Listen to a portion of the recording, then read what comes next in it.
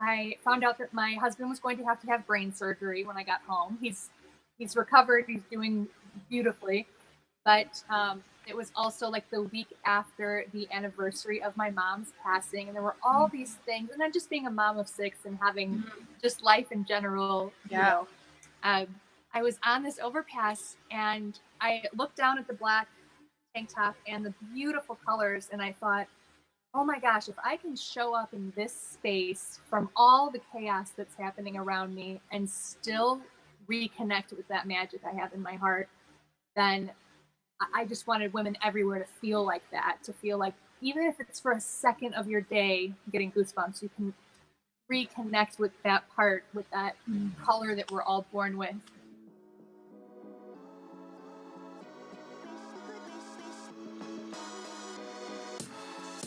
Hi, welcome to the Empowered Woman Podcast. This is a place for you to learn from inspiring women how to empower yourself through self-love. I'm so glad that you're here.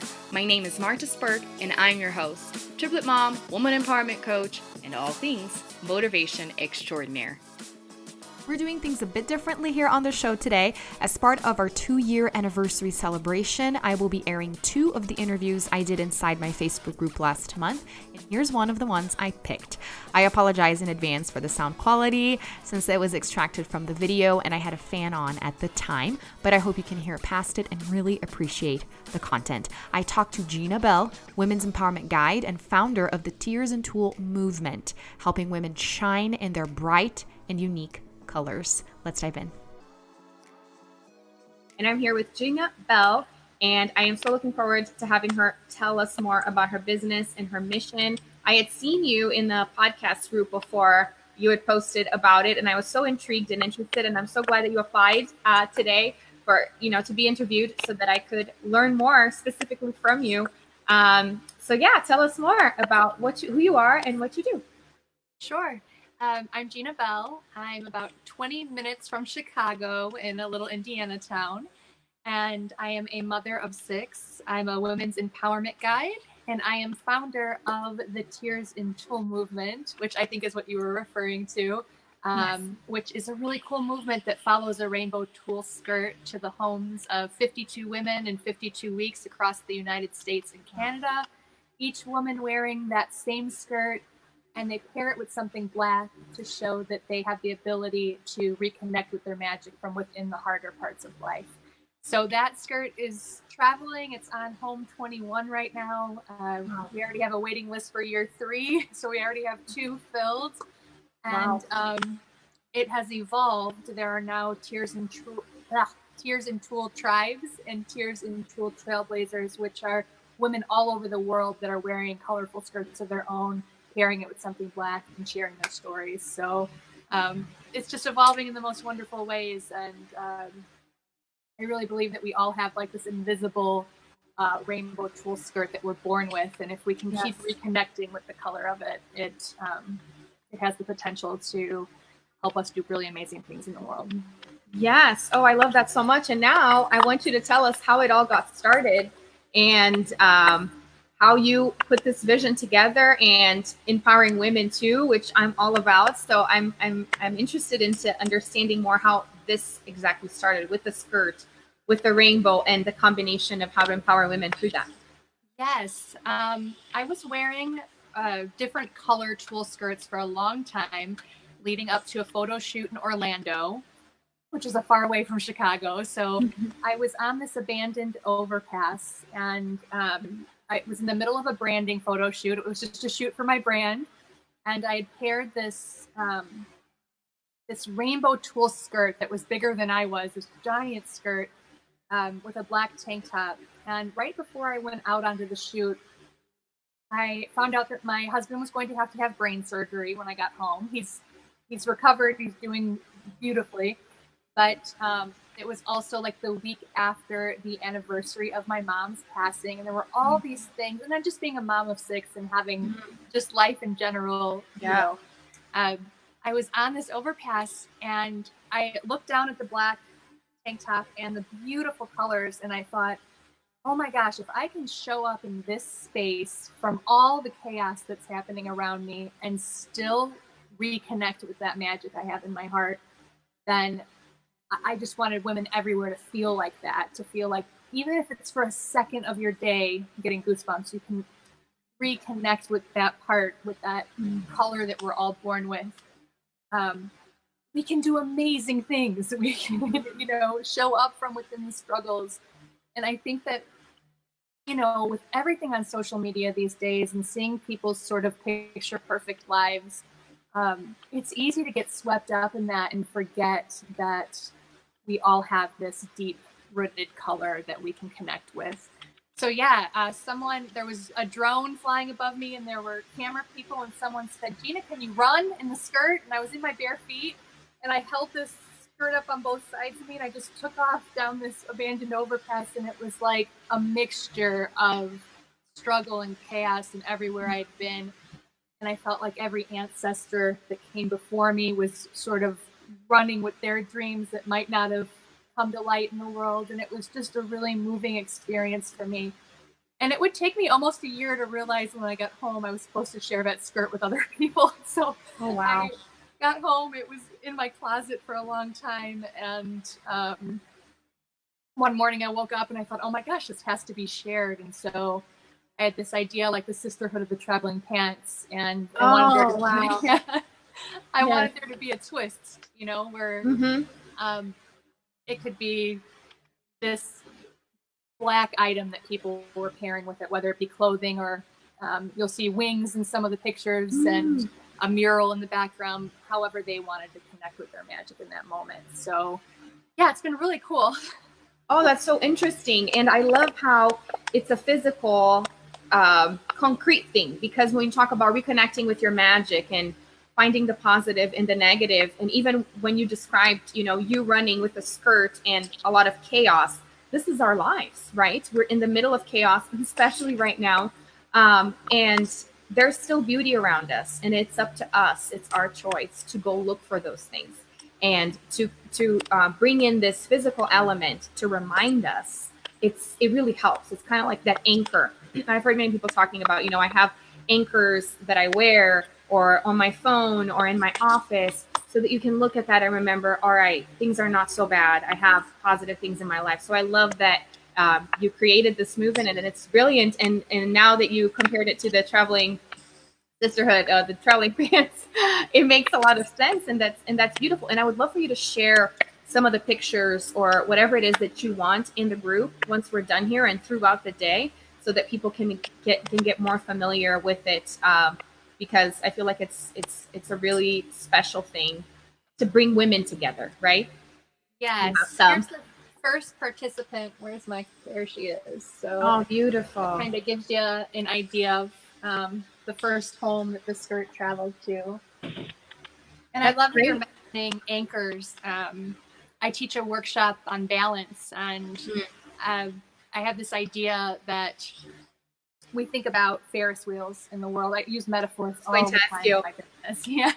About the Ferris wheel and the fear chihuahua. So go ahead. Yes. Those two things are, I love to focus on those two things. But the idea of the Ferris wheel is that we think about Ferris wheels all over the world, and they're all similar. They're all wheels. They have these carts on them. But what we don't always think about is that they all have a Ferris wheel operator. And I think that we all have like this inner Ferris wheel operator that lets us know what speed we need to be moving at. So it's sort of that internal compass, that anchor that sort of tells us where we need to be. And what often happens is our wheel is moving too fast or it's moving too slow, and we're comparing ourselves to other people. And so we're saying, oh, this is the speed that person's moving at, or this is the speed, Jenny down the street is, making homemade dessert every night for her kids, or whatever. We get in these sort of comparison modes where we're comparing ourselves to people. And I think when we can really just focus on what my husband will say to me, what's your authentic speed, Gina? He'll like turn it around on me, and I'm like, I know I'm not moving at my own speed. When we can take things off of our wheel that aren't serving us anymore, and we can add things to our wheel that are, we start to get a little more in touch with what that speed, what our very own speed looks like. Yes.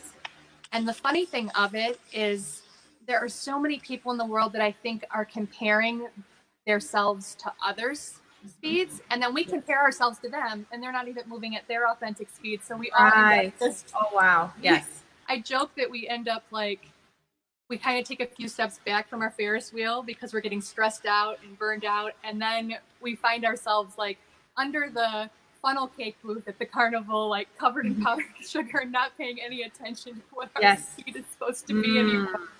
And so I think when we can just honor that space, say like, am I moving at my own speed? That simple question can help us to expand and grow and really make space for the things that make sense for us. And then we start to move a little bit more at the speed that is meant for us, which this is the easiest thing to connect with all the time. Right. Oh, I love this analogy, and it makes so much sense. And what a fun analogy too, because sometimes we pick harder things to compare. Yes.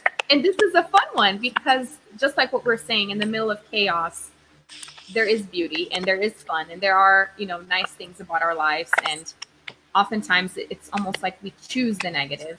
We choose to focus on what's not going right. And just like what you said, we compare our speed to somebody else's speed when they're comparing themselves and not even operating in their own true, authentic self and speed. And so no one is being their true selves. And it's just a really sad space to live in when this is the only life that we're giving, as we know. So I love that. And tell us more about the fear chihuahuas. Oh my gosh, the fear chihuahuas are one of my favorite things in the whole wide world. So I talk about how we all have this invisible rainbow tulle skirt. And I say that one of the things that can hold us back is that these fear chihuahuas can kind of get caught up in it, or they can pull at it when we're sort of running after our dreams. And I think that a lot of the time we run from our fear because it's uncomfortable. Yeah. And I think that when we can actually turn around and look at that fear, I tell people that it's sort of like we have these fear chihuahuas and they're sort of chasing and they're confused and they don't know what's happening. But when we can turn around and face them and we can name them something friendly, I always tell people to name their chihuahuas something friendly, old pet name, whatever, a cartoon character, whatever is happy for you. My first pet was Cuddle Snuggles Fluff. So my first fear chihuahua when I started teaching these workshops was Cuddle Snuggles Fluff.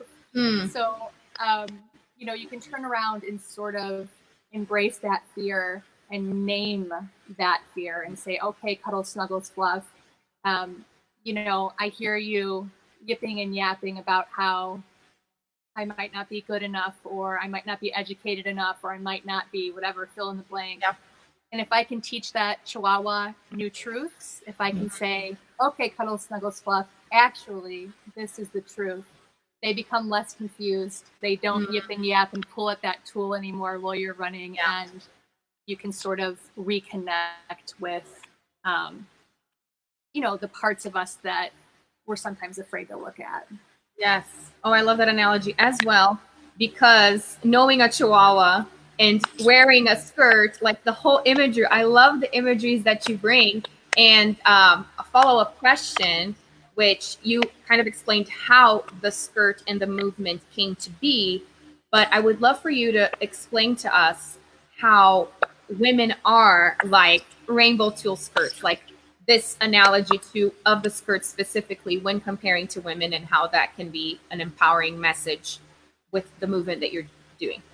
Yeah, absolutely. I talk about how we're all tulle travelers. We all can travel deep into our tulle and deep into those colors of the rainbow. And I think so many people have worn the skirt. They've said, it gave me such power. It gave me like a permission to own who I was in the moment.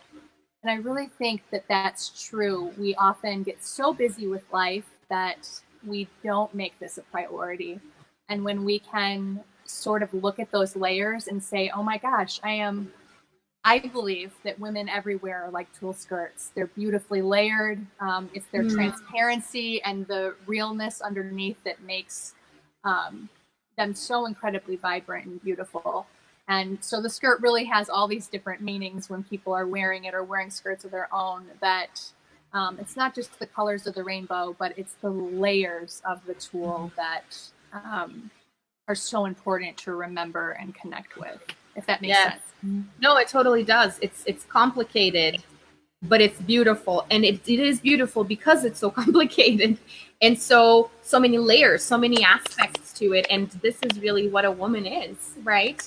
Yes. We are, so complex, and that's what makes us so beautiful, and that's what, yeah, I'm so passionate about is helping women understand that they're not one thing, they're many things. And even with our feelings, especially after having kids, and how our emotions, we can feel 3 million emotions in the same exact moment, and it's hard to be able to separate that, just like those layers and the confusion of the skirt. I love this so much.